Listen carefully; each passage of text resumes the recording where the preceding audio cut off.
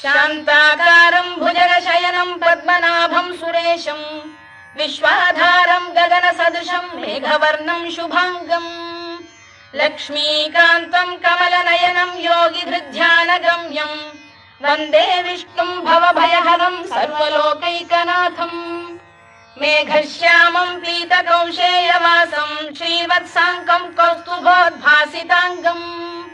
पुण्योपेतं पुण्डरीकायताक्षं विष्णुं वन्दे सर्वलोकैकनाथम् नमः समस्तभूतानामादिभूताय भूभृते अनेकरूपरूपाय विष्णवे प्रभविष्णवे सशङ्खचक्रं सकिरीटकुण्डलं सपीतवस्त्रं सरसीरुभेक्षणं सहारवक्षस्थलशोभिकौस्तुभं नमामि विष्णुं शिरसा चतुर्भुजम् छायायां पारिजातस्य हेमसिंहासनोपरि